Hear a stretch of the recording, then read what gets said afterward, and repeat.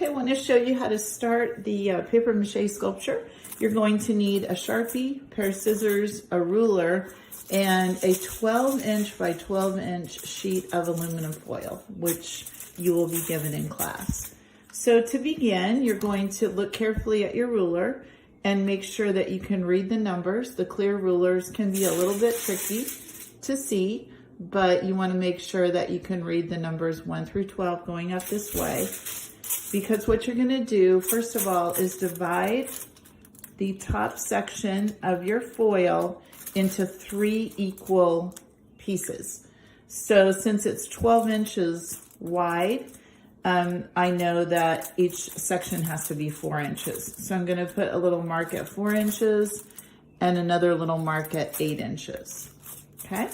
Then I'm going to slide down to the bottom of the sheet of foil, and I'm going to measure and divide this in half. So that's easy. I know that this is going to be at the 6-inch mark. Okay? So now you've got your foil divided. The next step is going to be to draw a vertical line down from the first mark on the top. You're going to draw that down 5 inches.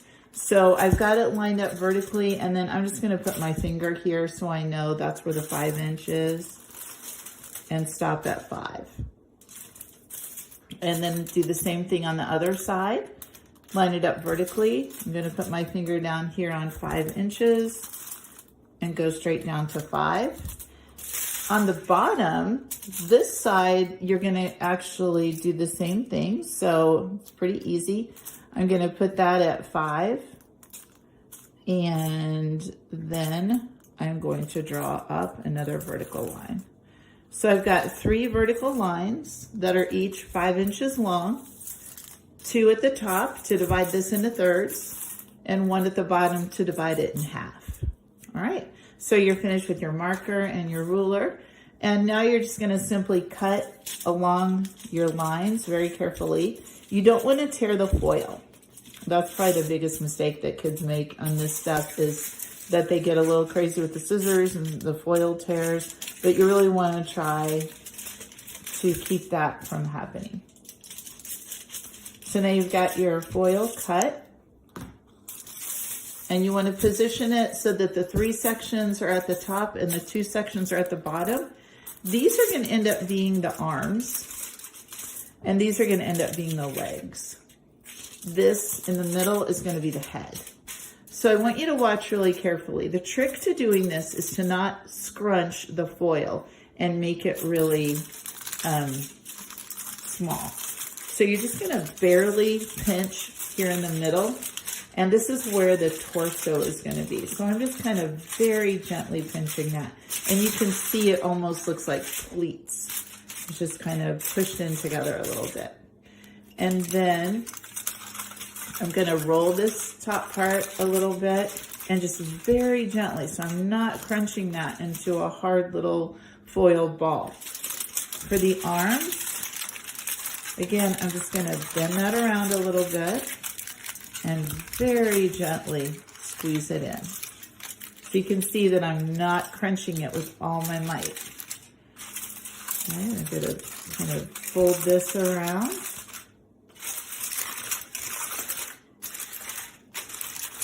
It looks a little bizarre right now, but you can start to see how things are forming up a little bit. Now this is where I want to caution you, like right here, if you start pulling it apart, that's just going to rip, and you won't have a torso that's in one piece. You'll have like these 2 really long legs that go up to where the shoulders are going to be. So just make sure that when you get to this part, that you're still just very delicately putting it together. Same thing on the other leg. Very, very delicately pinching it together. And it doesn't look like much quite yet. That's okay. So we've still got the basic part of it. We've got the head, we've got the arms, and we've got the legs. Okay? And that's what it looks like on the other side. Now you can start to maybe do a little bit more detail. So if your arms are too long, then what you do is push it in here at the shoulder.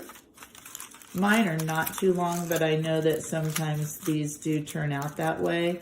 So if yours is a little bit too long, then just push it in here, okay? And again, I'm not trying to crunch this. I'm just very delicately pushing it together.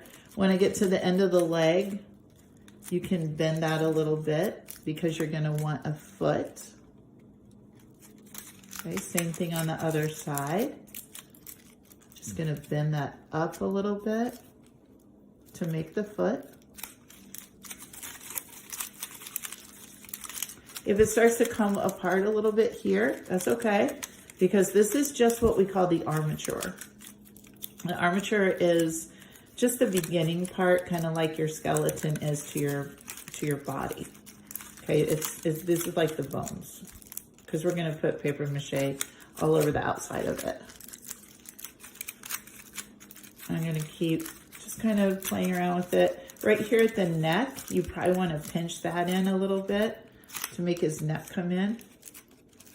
So you don't want your person to have too thick of a neck. Okay. So I'm feeling pretty happy with this one now. I think that that is probably as much as you're going to want to do on this step. You can start sculpting it a little bit more. And then you can play around with poses at this point too.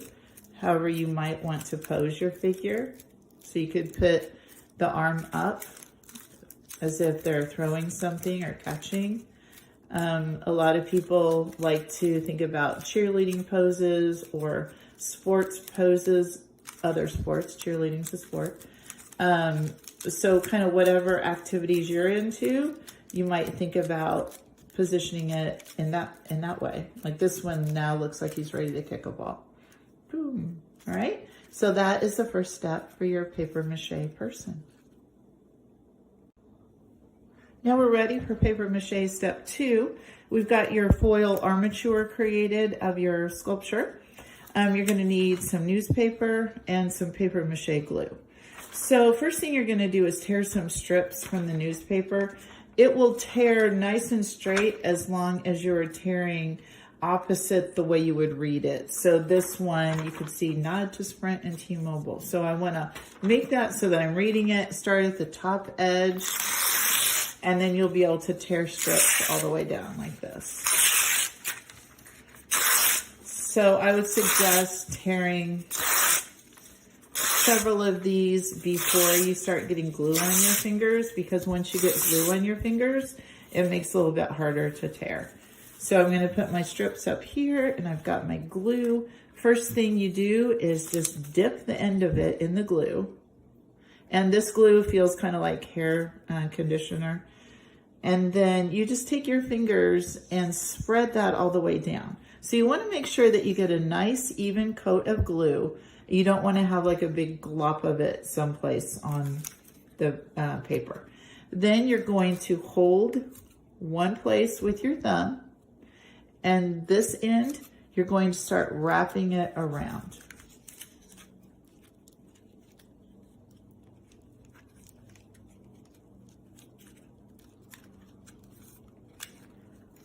Okay, so that's the first piece. Then I'm going to continue doing that with each subsequent piece. So I'm going to put the end of it in the glue, spread the glue out on the paper, and then I'll choose another section to begin. So this part, remember that you want to hold the end of it with your finger that is on the hand. You're not holding the paper. And then you're just going to start wrapping it around, kind of like a cast. You want to make sure that all the edges stick down. If you've got edges that aren't sticking down, just use a little bit more glue on your finger and work it in. So the trick here is to make the paper nice and tight around the outside of the figure. If it's loose, it won't stay. You're going to keep doing that until you cover all of it with the paper. You need at least one layer of paper everywhere And then after your first layer dries, you're probably going to want a second layer, because the goal here is to make this nice and smooth. At this point, you might want to squeeze a little bit more if there are parts of the figure that you want to be thinner, like maybe the ankle. You might want that to be a little bit thinner. And if you do, you could kind of squeeze the paper down more at that point. So that's all there is to it. You just keep wrapping until it's all finished, and then you're ready for the third step.